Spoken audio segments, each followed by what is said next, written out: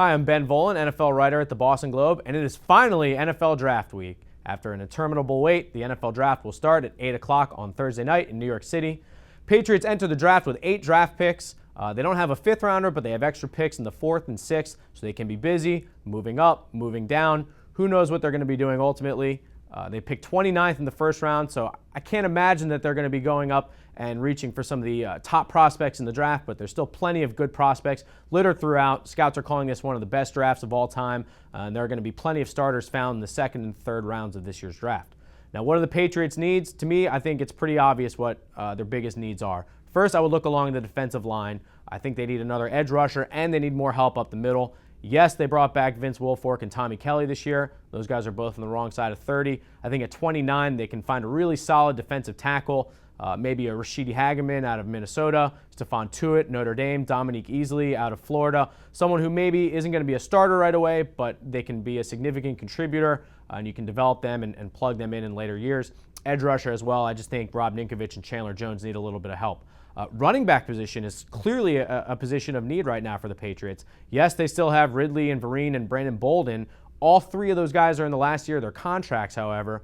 You don't know what the future entails for any of them. I think the Patriots definitely need to go up and find at least one running back.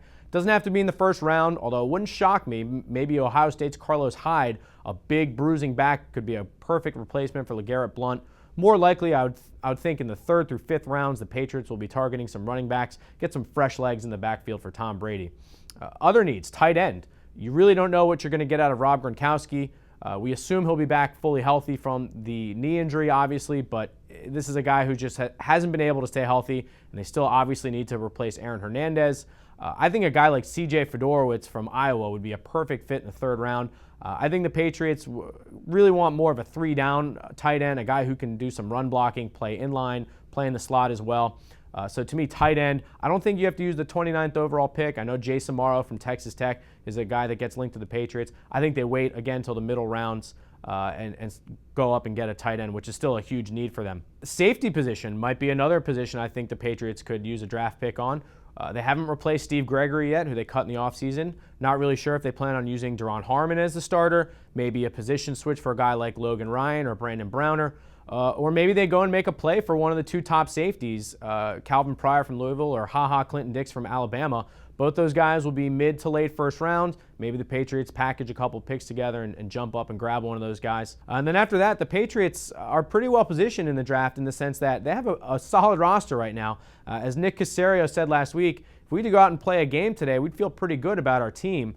So they are in a pretty good position of being able to draft just the top players available on their board. I don't think they really need to reach for anyone. Again, running back, defensive line, linebacker, those are some positions where they need some help. But I think they're in a pretty enviable position right now. They have a solid roster of veterans. They don't really need to make a reach and fill a significant need in the starting lineup right now. So I think the Patriots are pretty well positioned to add a lot of talent to the back end of their roster.